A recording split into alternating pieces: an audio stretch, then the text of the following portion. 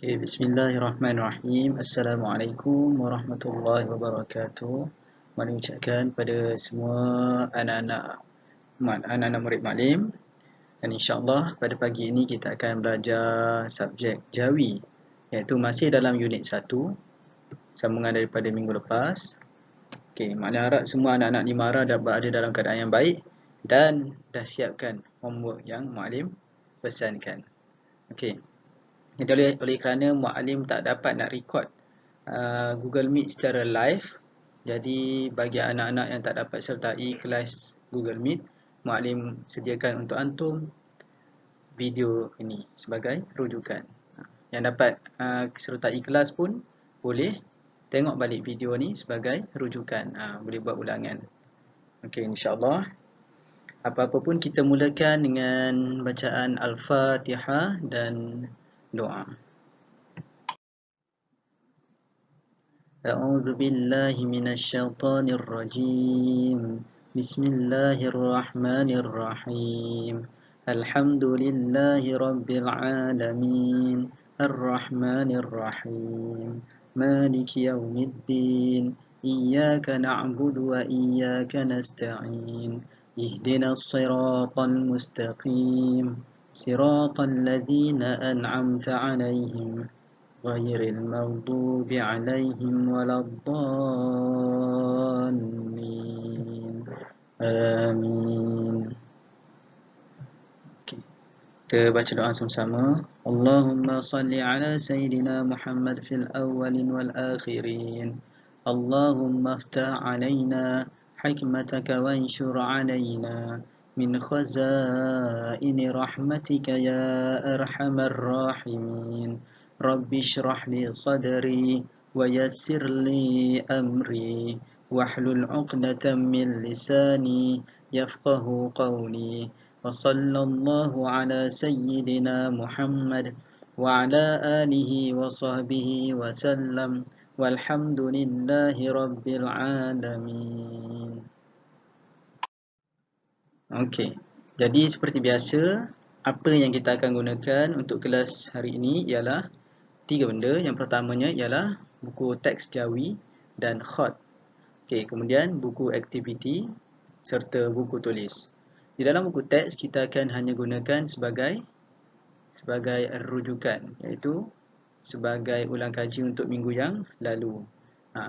Jadi jika tak ada pun tak apa, yang penting antum perlu ada buku aktiviti Jawi. Bagi yang tak ada buku aktiviti Jawi, boleh salinkan latihan ke dalam buku tulis. Okey, insyaAllah kita sama-sama tengok. Okey. Untuk minggu lepas, antum perlu siapkan latihan dari buku aktiviti muka surat 3.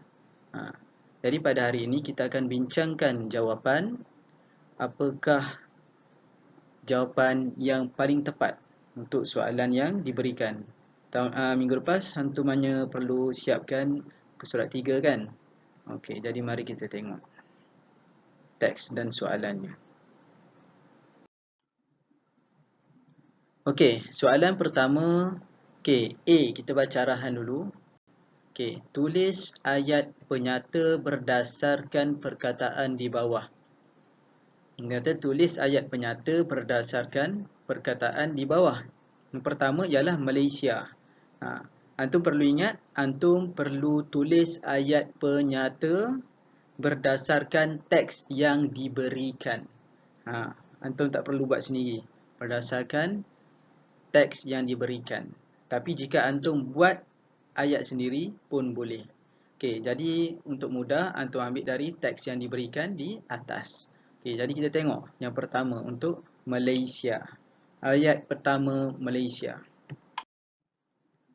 Okey, kita tengok kembali dalam teks ni. Sistem pentadbiran Malaysia. Adakah itu ayat penyata? Ini adalah ayat untuk tajuk. Okey, jadi kita baca ayat pertama. Kita nak ayat Malaysia. Kita ingat dalam kepala kita, kita nak ayat Malaysia. Okey, jadi kita tengok. Malaysia ialah sebuah negara persekutuan. Adakah ini ayat penyata? Okey, jadi antum baca semula.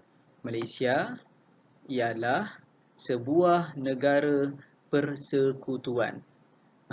Ini adalah ayat penyata. Jadi dalam soalan nombor 1 ini adalah jawapannya. Okey, Malaysia ialah sebuah negara persekutuan. Untuk soalan berapa? Untuk soalan 1. Okey. Jadi bagi antum yang tulis jawapan ini di dalam soalan 1, maka antum boleh writekan, dan sekiranya salah, okey, antum hanya perlu pangkah dan salinkan jawapan yang betul. Okey. Seterusnya kita tengok pada soalan yang kedua. Okey. Dia kata apa? Pentadbiran. Perkataan pentadbiran. Kita kena cari ayat yang ada perkataan pentadbiran, dan ayat itu mestilah ayat penyata. Okey. Jom kita baca. Tadi kita dah ambil sampai sini. Jadi kita sambung di sini. Malaysia mempunyai 2 peringkat pentadbiran, iaitu kerajaan pusat dan kerajaan negeri. Ada tak perkataan pentadbiran dalam ni? Cuba cari. Ada perkataan pentadbiran. Maka boleh tak antum ambil ayat ni sebagai jawapan untuk ayat penyata? Ya, boleh. Dari mana yang antum boleh ambil? Dari sini. Dari sini sampai sini. Maka ini adalah jawapan untuk nombor 2. Okey. Jadi bagi yang tulis jawapan ini di dalam soalan nombor 2, maka write lah.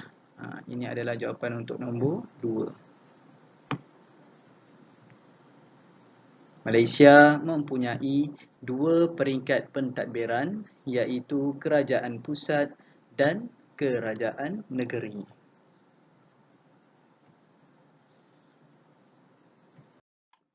Seterusnya, kita tengok pada soalan nombor 3. Okey, soalan nombor 3, perkataan yang diberikan ialah perkataan kerajaan. Perkataan kerajaan. Jadi, antum perlu cari jawapan di dalam teks yang diberikan, ayat penyata yang mempunyai perkataan kerajaan. Ayuh kita tengok sama-sama. Okey, tadi kita dah baca sampai sini. Okey, jadi kita boleh skip.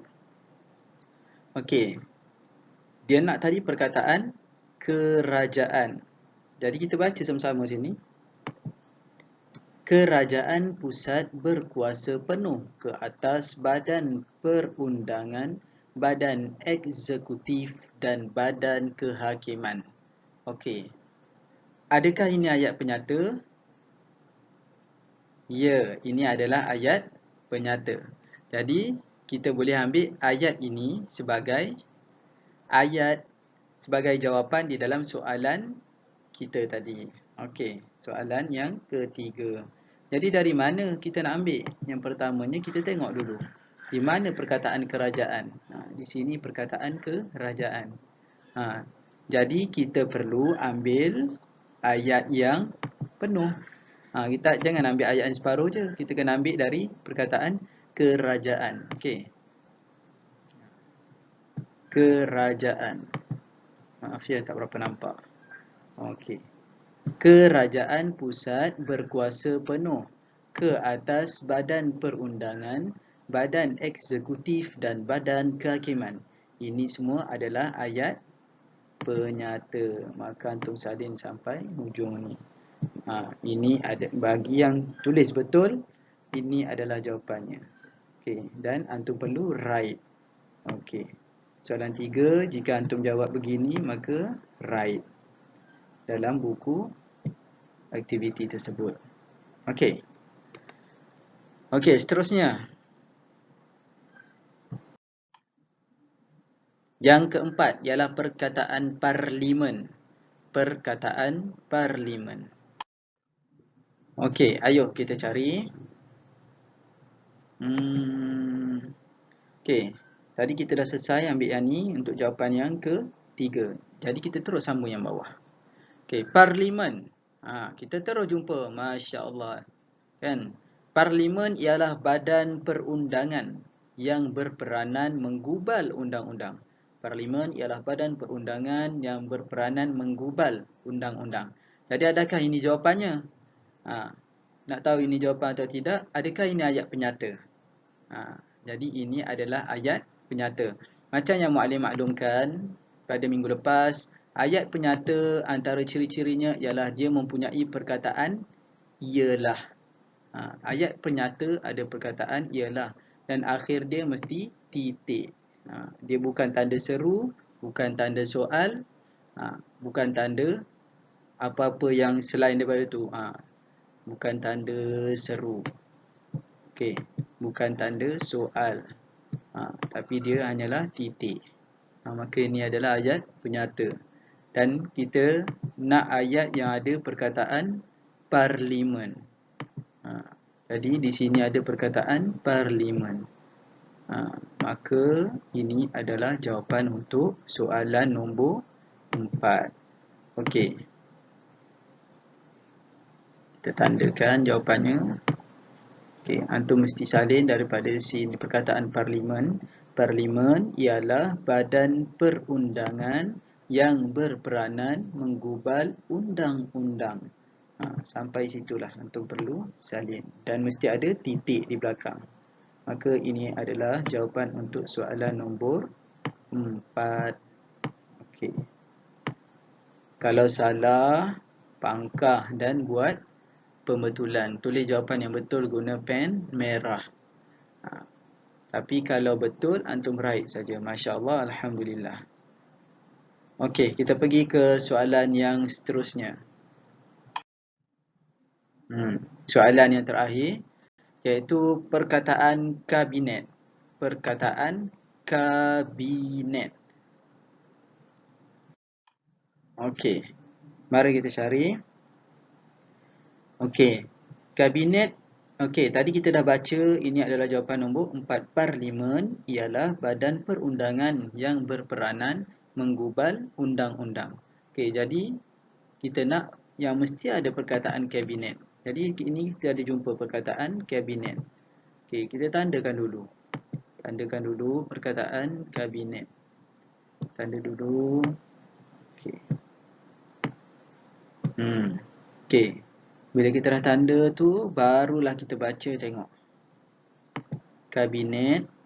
Okey, kabinet ialah badan eksekutif yang berperanan merangka dan melaksanakan dasar-dasar untuk kesejahteraan rakyat.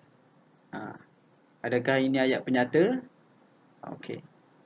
Ya, ini adalah ayat penyata. Maka antum perlu salinkan ayat ini. Okey. Dari sini sampai sini. Maka ini adalah jawapan untuk soalan nombor 5. Mudah sangat, Masya Allah. Okey, tapi bagi yang tak faham atau tak jelas, boleh PM Muallim, boleh tanya Muallim. Okey, jadi kita baca sekali lagi ayat penyata. Kabinet ialah, nampak sekali lagi, kita jumpa perkataan ialah. Kan, ini adalah antara salah satu ciri-ciri ayat penyata.